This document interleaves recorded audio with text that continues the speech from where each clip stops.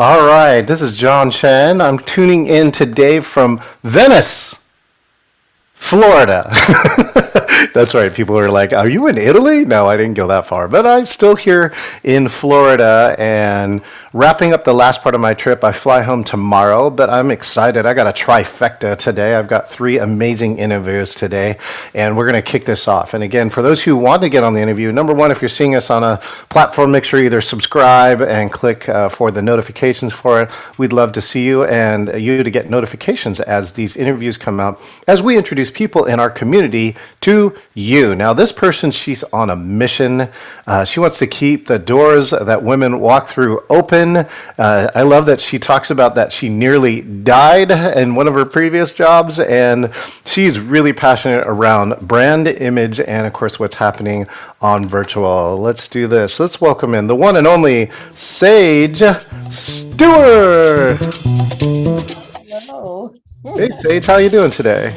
I am well. How about you? We're doing fantastic here in Florida. We're just continuing to engage in and get the value out of this trip that I made because it is it's currently snowing in Seattle, Washington. Somebody else too in Minneapolis let me know that they got 36 inches of snow, Sage. It is not snowing here in North Carolina, but we have a lot of rain, and I'm okay with that. Yeah, we need some of that rain. So, well, thank you so much for joining us, Sage. And I got to ask too. I love the metal sculptures that are in your back in your background. Can you share a little bit more about where you got those? Thank you to Amazon.com. I found an artist that I follow on there, and I saw that collection, and I had to have it.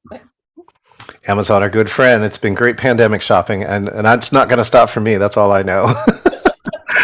Oh my goodness. Well, I love that too. I think you've been a member of the HR community, and of course you still are, but you went on your own journey. I would love for you to introduce, for my friends who don't know you, introduce yourself and tell a little bit about who you are and what you do. Hello, everybody. Thank you for watching this morning. I am Sybil Sage Stewart, and I am on a mission to redefine professional. After almost 15 years in human resources, I realized that I was doing more than just diversity. I was helping women and executives and people of color stand out in worlds that were not necessarily designed for them. And so that is what I do today. I help women, executives, and entrepreneurs rebrand themselves without compromising their story. Well, that's an amazing mission to be on. Again, I am also continuing to do a lot of DEI or diversity, equity, and inclusion work, and it still continues to be so much done. Sage, if you didn't know, we actually formed a group called API Event Profs. Did you know in the history of Facebook, nobody had ever decided to create a group called API Event Profs? And so now we're continuing to grow the group every moment. And what's great, actually, one of our allies, Joan Eisenstadt, nominated three of us, and now three of us are finalists for awards from PCMA, which is one of the larger meeting planning organizations. So That's amazing. Oh, I've got to go find your group on Facebook now. Well, thank you so much. Yeah, facebook.com/groups/API event profs. So Sage, yeah, thank you for that very important work. And I guess it's not beknownst to you, right? We're almost to the end of Black History Month, and I would just be curious to hear what have you seen or what have you done that really has been meaningful during this month, which should be all year, right? It really should be all year because I tell people Black history is US history, and the more that we get into a space where we identify that there is no separation, I think the message will continue to resonate throughout the month. I locally have seen a lot of programs here. A lot of the Black communities will always host Black history events at churches and host speakers, etc. But I need that energy and momentum to be 365, not just the 28 or 29 days that are allotted. I appreciate the origin story of Black History Month, which used to be Black History Week. So let's keep that going and turn it into an all-year celebration of US history with an intentionality behind people of color's experience. Yeah, Sage, and I don't know if you've ever had the opportunity to go to, was it Alabama? I finally got to go to Tuskegee and I got to go to Montgomery. and there they have a museum called The Legacy. Have you ever gotten the opportunity to go through that museum, Sage? I did not go through that museum, but I did live in Alabama and I lived in Birmingham. I Oh, went through yeah. all, yes, all the tours, all the history, and I'm a Charleston, South Carolina native. So it's not fallen on me all of the things that are uniquely our culture and our history. Yeah. Yeah, yeah. So thank you for that. I mean, I had not ever been gone. I have not had the opportunity to go through that. And that museum, the Legacy, is super powerful. It's one, and I mean, it was actually uh, built on a site that used to trade slaves, and now it is like a center for educating. And every person I saw that went through that just really got an an impactful experience out of that. And I think it's something that all of us as Americans should do. Absolutely. I did visit the museum, the African American History Museum in DC, though, and that one is equally as the words can't describe the emotion and feeling that you get when you are literally within hand's touch of everything that has shaped our communities. Yeah, I'm going to give a shout out to my very good friend Delbert Richardson, who has a traveling museum called the Unspoken Truths, and he has one of the largest mobile artifact museums. And the key to his is that he wants you to touch all the items. Like he takes the them out, puts them out on tables, and then lets was it middle school, high school students, and college and other people experience this. He's won multiple awards for it, and I think again, there is nothing that can replace the experience of again touching, feeling that tactile part of the history, right, Sage? Absolutely. Yeah. Anyway, so Sage, you're on a mission here too. So tell me about your path from HR to being your own coach. Here, I'll share a version of mine as you think about what details you want to share. What I've told people is that I always had a saying. I always knew I was supposed to do something, but I just didn't know what it was. And I finally had a coach, an executive coach, right, a little bit like you. And that coach, for the first time, said, most other people too, by the way, say, yeah, me too. I don't know who I want to be, who I want to grow up. But this one coach had, and he's the only person who's ever said this to me. And he goes, give me a weekend and I'll tell you exactly who it is. And I was like, really? So I had the time and the money. I flew to Huntington Beach, and my great coach, Matthew Buechler, helped me now 26 years ago formulate the company that I'm walking through now. What I affectionately call the Jerry Maguire moment. But what's hard is not writing the business plan. What's hard is actually transitioning, because I was in a very safe job, Sage, at Microsoft. It took me 2.5 years to leave Microsoft and actually start that journey as an entrepreneur, and I have not turned back since. So that's a little bit about my journey. I'd love to hear a little bit about yours. Yeah, I've actually had 3 coaches in my life. My first coach was who told me, you'd be really great at HR. I had never even heard of HR 15 years ago. My second coach I found when I was in career transition. I was burnt out from human resources, but I still felt called to serve people. And so my second coach said, well, what do you really want to do? And I said, I have a passion for women and people of color and neurodiverse, anybody historically marginalized. And she said, well, you should go into diversity. So I spent the latter part of my HR career training corporations in diversity, launching multicultural, multi-influential cultural humility programs. And my very last coach, who I got dramatically right when I thought I was going to die last year, said, you've got to leave human resources. It's not serving you well, and it should not cost you your life. And I said, but I've got a heart to serve. I've got a heart to be like Jesus. I told her, I was like, I just want to be like Jesus. And she spent 2 days with me. This is the only coach that I think actually heard me. Everybody heard pieces of the things I wanted to do. And she said, what you are is far greater than human resources. She said, you're helping women reclaim their identities or own their identities within corporate. and helping them to realize that they can be all they're going to be. And I said, okay, well, what is that called? And she said it's called a personal brand coach and business consultant. So my clients get the 15 years of human resources experience, but anybody who worked in human resources knows your number one job is PR for the business, and your number two job is to protect the business. So working with me, you're getting PR and protection for your brand because you deserve it. Thank you, Sage, for that. Yes, my run-in with HR at Microsoft, you think they're for always the employees, but the longer you stick around, you find that they're there to protect the company's assets, right? And so Good job. that is the job. And so, yeah, so if you want to really be authentic around it, I mean, many people I know have made this journey. I just want to give a shout out to Stephanie Massman, too, who is watching. She's another powerful woman who's helping to make change in business and influence other women. You mentioned something, I think, and that's really important also, especially here on virtual, which is you said your coach was the first to really hear you, right? I mean, you were saying the words, but everyone receives them differently. And I'm just curious, either how do you or how do you think your coach listens deeply so that somebody really feels heard? Yes. So my coaching model is around the power of story.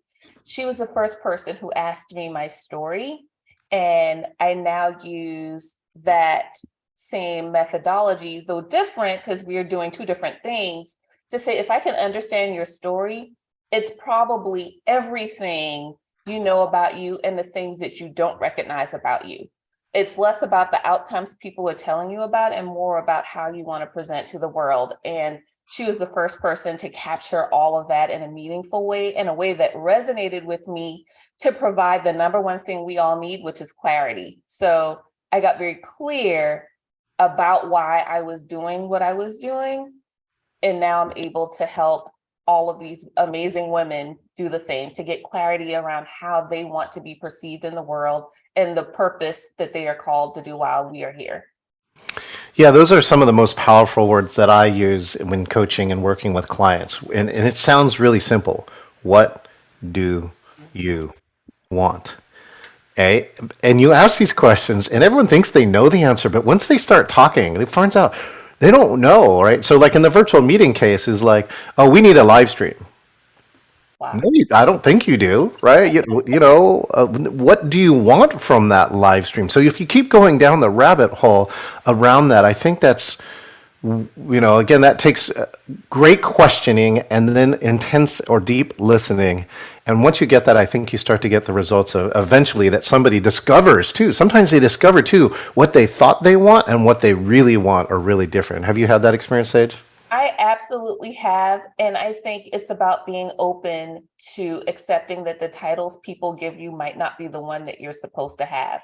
I was given title HR, but really that's not why I was in HR. I was in HR because I believe that we should have protections not only for ourselves, but for our businesses. So when we reframe our thought process around how we show up, it's limitless to how we can function in this world. Excellent. Well, you said something else here too that I really want to investigate, which is that you're in HR and you needed to influence leaders around the value of DE and I.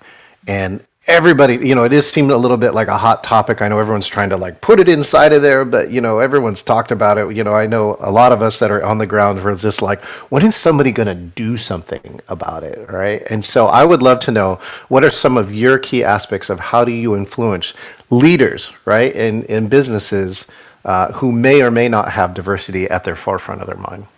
I tell these leaders, get clear about what you care about. If you truly care about your staff, then you will do more than just perform Monday through Friday. You will go through the work that it requires to augment your perceived reality, to make decisions that are going to be to the benefit and the health of your business.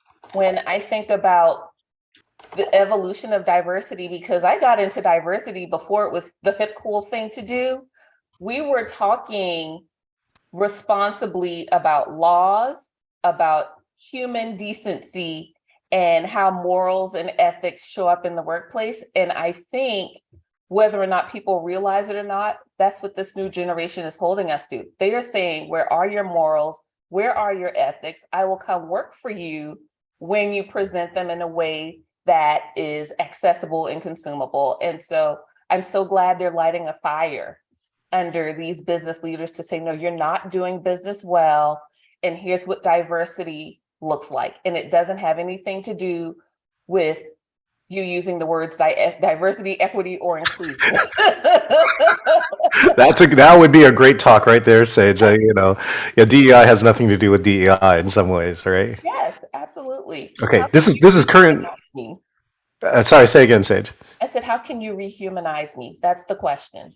Okay, so this is hot topic. I don't know if you have a response to this, but just yesterday, right? We read in the headlines, Dilbert, right? As an engineer, I was a Dilbert fan. Now Scott Adams went off the rails here, dropped a comment, and now got dropped. And for those who didn't hear, right, it was not friendly to our black friends, and he got dropped from like 2 or 3 or 400 newspapers. And so I'm just curious. I mean, one part around that is at least I feel like there's an action and a response, because in a long time ago he used to do that and then nothing would happen, and that would be even more infuriating. So I'm just curious if you have any other insights or responses to observing that from the outside. I'm of two minds. One, I think that cancel culture can take things to the extreme. However, I go back to habit. If you're in the habit of doing, saying, and being these things your whole life, and then all of a sudden you're held accountable, it's equally as harmful to the system, because now people are thinking, am I going to be attacked even for a mistake? Not that what he did was a mistake, right? But yeah, there has to be a gradient process, and there has to be some grace extended for the occasional oopsie daisy that people have. I remember Lizzo rewrote the lyrics to her song after a lot of backlash, but even after she corrected it, people continued to harp on how culturally unaware she was. And she was like, but this is my culture. Yeah. My culture is using this word in this way. Yeah. Thank you for educating me. Now, can we move forward? Right? There was a different reply and response. So I think we've got to separate intention when we are talking about what people are doing in the public eye. Yeah, I think too. I think that opening a discussion around it too would be viable, and finding out somebody's intentions around it. And quite often, though, that's the moment. If you're, I think if you're a great coach or if you're a great facilitator, it's the moment that you can create awareness and change, right? So let's take in the Asian culture, right? Oriental at one time was acceptable. All right. And then as over time, people looked into the definition and its origins and said, that's not cool. Right. and some people don't know. Yeah. Right. Something like if I either go to an older audience or maybe, somewhere around who didn't grow up with that, then you'd have to take the moment and say, this is a coachable moment, saying, I appreciate, I don't know where you're coming from this, but let me just tell you a little bit about this. And then, most people, if they are being conscious and aware, I think they would change if they knew what is happening, how it's being received as opposed to how it's being delivered, right? Correct. My brother-in-law is actually Korean, and he had to check me, 15 years ago, because I thought Oriental was correct. And he said, you do realize that's an inanimate object, right? And I've never used the word again unless we're talking about rugs. So right. I had to accept that. It's not enough to be in that coaching moment. I had to accept and own the fact that I was wrong in that moment, and never have I used that again. Yeah. Yeah, and every day we're trying to learn, I know every culture around it is teaching new things around it. And I just think being aware and being open to those types of things, I think is great. So speaking of this too, I'm looking here on your website, right? You as a personal brand coach, you give people an interior Zoom design plan that mimics your brand, right? So yeah, say more about what you believe about Zoom and Zoom backgrounds and being on virtual. I have more conversation starters about this metal artwork in my background than I ever have before. So it's about intentionally finding pieces that you can put in your background. They're going to be conversation starters, but also an extension of what you believe in or what you need people to know about you. What I found when interviewing people is interviewers are more likely to be engaged if you have something that's not a white screen or the faux background in your Zoom. And so I help my clients figure out what they can bring into the room that's intentional, that will be an extension of them, but then also leave those lasting memories for after somebody gets off the calls. Yeah, perfect. Okay, so here I did you the favor of this stage. Again, I'm traveling for those who know, right? I'm traveling right now, so I'm not in my office. But here's actually a super cool tip, which is take a high quality picture of your office, right? And then leave it around as a virtual background. So, just because you're in a hotel, and let me just here, I'm going to give you the contrast because this is what I have in my background. Oh, hold on a second. Let me finish the unblur here. There. Okay. So this is what I have. And actually, I have a blank wall, right? And I'm going to tell my friend too, one of the cool things that we can do here is just get 6 items around here. Because this is all wall space. So Right. yeah, she could create these objects. And by the way, to the left and right of me are some beautiful bookshelves that have these items on there. And in my office, I arrange these things to be here in such a way. And so here's some of the items that I have saved, which is like, this is my book. Of course, it says that I actually wrote a book. This is an award I received from Training Magazine. So, what I love about virtual is that, and most people don't understand, your virtual is talking for you all the time, even though it's not saying anything, right? And Sage, talk to me a little bit more too about your philosophy around brand and virtual presence. I said it's more than an image, it's what you want to exude. I know people talk about professional. I said this has nothing to do with professional. It's how you want your audience to perceive you, and how you feel about you is an extension of what people will see when they interact with you. So I have my create because I believe we're all creative beings. I saw I that. have my artwork because I believe that we've got to present appropriately. And then I'm, of course, in my color brand story because I believe I'm a walking billboard for my business. So if everyone has that CEO mindset, whether or not you're an entrepreneur, it will help frame the conversation in a way that you speaking can't, right? A picture is worth 1,000 words. I'm giving you a picture of what you're going to experience when you come work for me, and I've not even said anything. And that's really the key here too. And I love Sage, if you haven't, or I'm sure you did it intentionally, but you framed yourself. Again, your picture is not behind your hair and your art is not behind your hair. And that's something that can really benefit you too, not only in terms of the virtual backgrounds on the tech side, but on the personal side, right, Sage? Absolutely. I believe in framing myself, and I have a rule of 3. So everything's in threes, and it's very intentional. Nothing Oh, in let's the speak more about background by the. accident. Now I know the rule of thirds, right? Which is like, this is where we want to be. Like, your eyes want to be on this. This is the third line here. That might be. But do you have a rule of 3 that's kind of like a design rule? I do have a rule of 3, right? Because when we think about how much information our mind can process at a time, we learn typically in threes. So I'm teaching somebody to learn something in each fragment of my thirds. You can learn I like art, you can learn I'm a harpist, and you can then learn, right? Like, so, and then you learn about me because I'm in the middle. So that is also my rule of 3.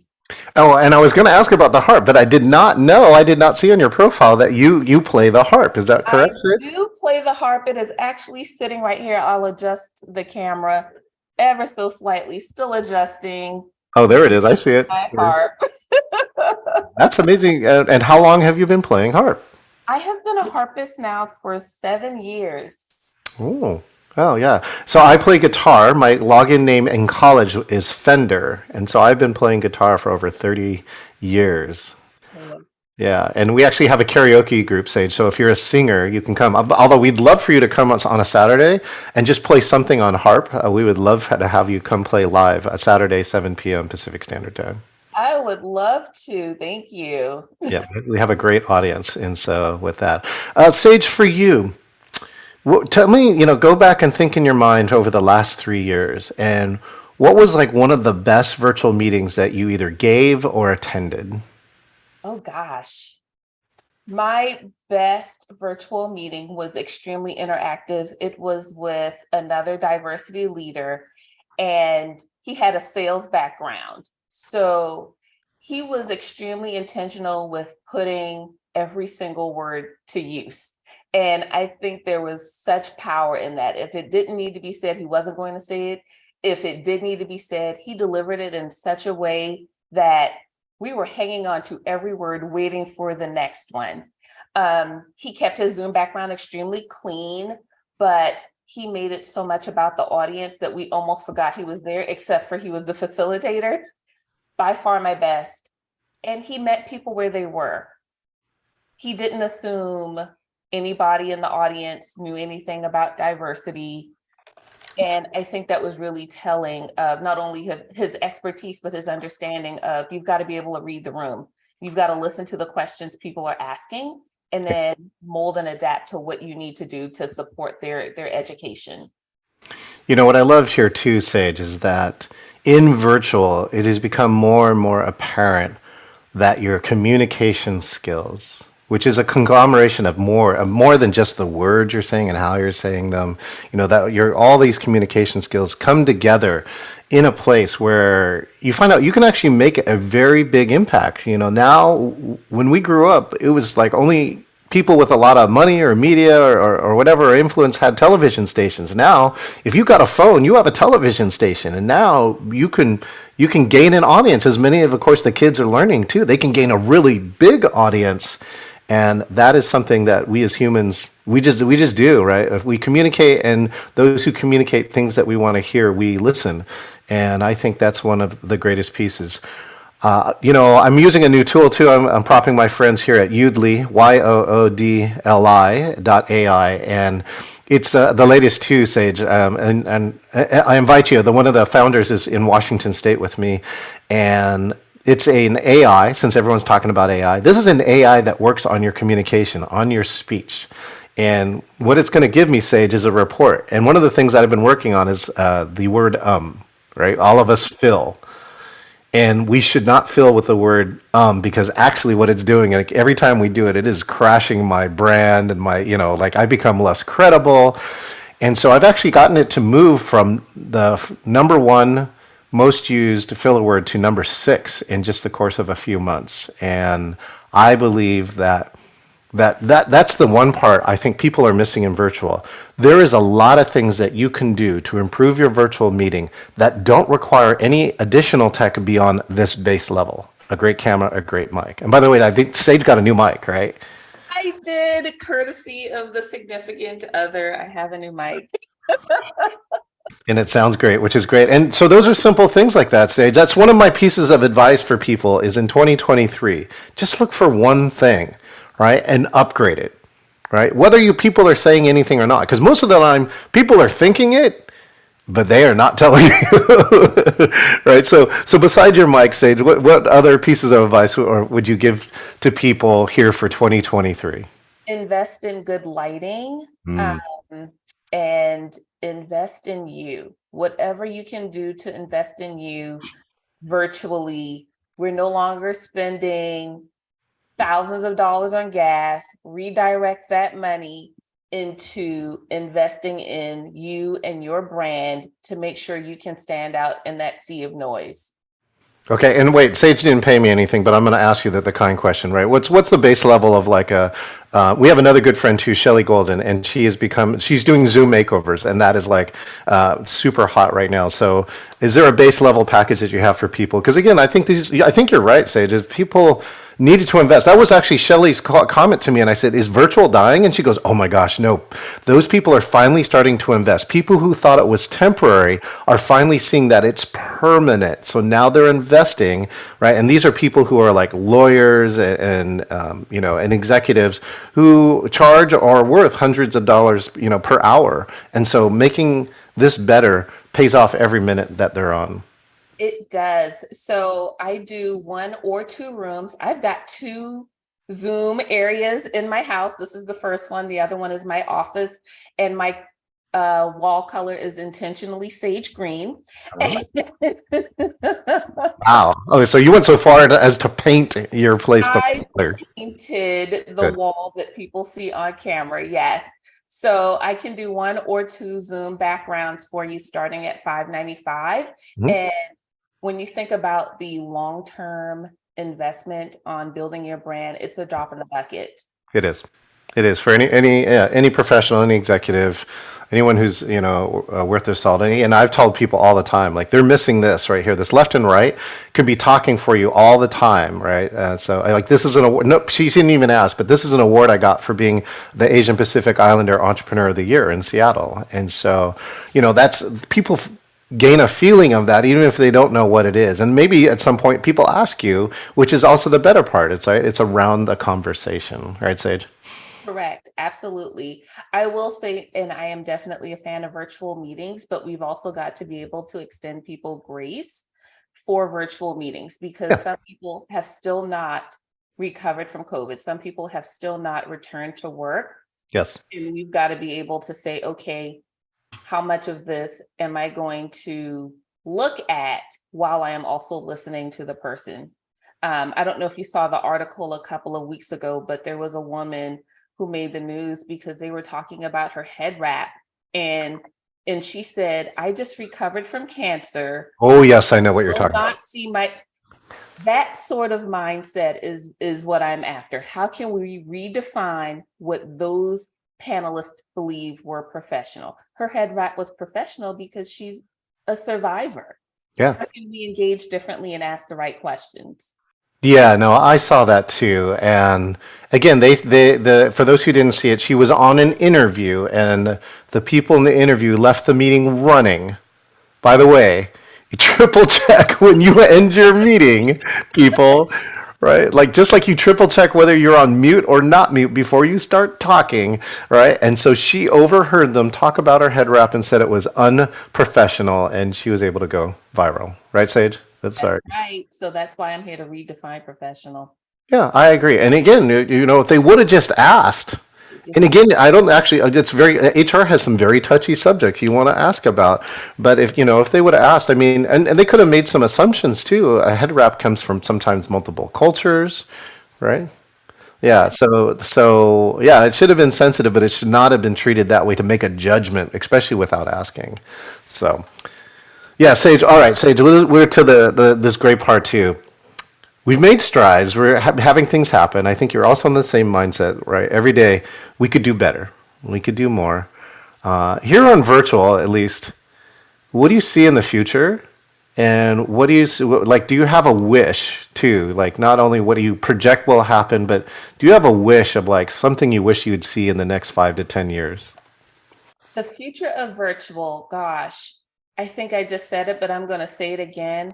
We've got to figure out how to continue to make it accessible. There are people who cannot necessarily afford the high-end cameras or the really nice microphones. So what do we do to make it accessible? If I waved my wand, everyone would have access to the things that they need to show up in the world the way that they need to. And that's everything from the text to talk, the dictation. For people who may have challenges with mobility, how can we make sure that the virtual meeting space is accommodating for them? How can we make sure that people who might be deaf or hard of hearing get the same level of platform because of predictive dialogue? That's my magic wand. Well, I'm going to give a shout out to my very good friend, to Samantha Evans. If you have not met Samantha Evans, Sage, she is one of the top in accessibility in virtual meetings. And I want to also extend an invite to you. I'm not on the speaker list. I did apply, but I think you should apply too. AXCON, AXECON, put on by, I think, an organization called DQ. And AXCON is currently one of the top one of the top conferences in accessibility on virtual, and they display some of the best practices around for that. And they do things like they have actually budget and got and provide services including human captioners, right? They do visual descriptions. There is ASL for every single program. So these are some really amazing things. I've also, again, my other shout out to Lisa Wisner helped me get a program in from Open Sesame, and I was able to deliver a program that was both simulcast in Spanish and had ASL interpreters. And they're one of the few organizations that gave me the budget to say, go show us how to do it right. And yeah, so one of my tips for that, Sage, is I got to give the interpreters. The interpreters were actually able to watch and attend a live program. Then I gave them all, some of the key notes for that. They were able to pre-interpret some of the items so that when they came to the live program, they were able to keep up with me. I also moved at a slower, right, than normal pace. Than I do. And all of those elements all add up to a great experience for anybody who attended who was Spanish speaking or ASL. That's amazing. I actually took ASL as my secondary language in college. Yeah. While I might be a little rusty, it's a valuable tool. I would tell everybody, learn ASL simply because it's a good secondary language to learn. And you then become more accessible for people who may not be able to read lips or understand what you're saying. There was a lady checking out a couple of weeks ago at CVS. I picked up immediately, the cashier did not, and I signed really fast, and then I kept on about my day. It's nothing. It costs you nothing to help others. It's like when you visit another country. If you just learn even the couple basic phrases, you'll find that your experience is so much better than quote unquote demanding everybody to speak English, right, Sage? Correct. Oh my goodness. All right. Well, if you Sage wanted people to only remember one thing from this interview, what would it be? Share your story without compromising who you are, and you will go far. Thank you so much, Sage. And of course, where can people find you at? www.thesagestewart.com, and I'm on all of the media platforms at The Sage Stewart. Outstanding, Sage. I hope to keep tabs on you. Hopefully we'll find some speaking opportunities for you, for both of us. By the way, if you haven't seen too, I'm going to give out a shout out to my friend Bobby Carlton. Innovationwomen.com. Innovationwomen.com is a website dedicated for women speakers and then getting them more speaking positions. So I definitely want you to check that out. Okay, Sage? Thank you so much. Thank you, Sage. All right. Well, okay. This is John Chen reporting in live from Venice, Florida. And we just got this amazing interview with Sage Stewart. I just love the work that she's doing here for DE&I. And I love that we're closing out Black History Month strong. By the way, we started very strong too with the Washington State Black-Owned Business Excellence live stream. Over 7 hours of content in there. I highly recommend you watch the first keynote that is inside of that presentation. And we hope that you all have an amazing virtual February, and let's head into March. All right, thanks again, Sage Stewart, and we will see you next time when I set up my video even more better. Okay, here we go. See you next time. Don't we start people and keep old people? Show you God how